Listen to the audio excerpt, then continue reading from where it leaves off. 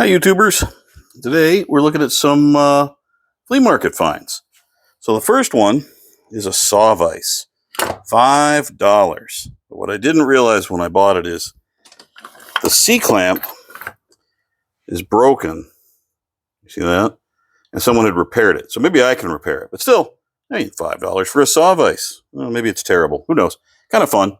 At worst, it's a decoration. Next item up. This is a copper-faced hammer. It does have a nail in the end, but it was $2. You know, you really can't get those for $2 anymore.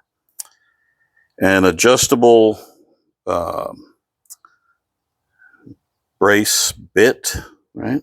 For bit brace with the adjustable side, $1.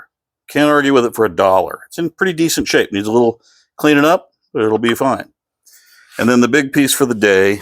This is a Stanley Bailey number 7, small knob, straight hole, small knob.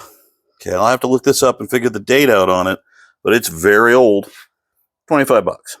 I may have overpaid at $25. We'll see. We'll check it out. Anyway, that's what I found at the flea market today. And oh, one more item. I forgot one. A little tiny axe head with kind of a different little layout for the handle. It's instead of a hole, it fits into a slot. So I may have to make an axe handle for that.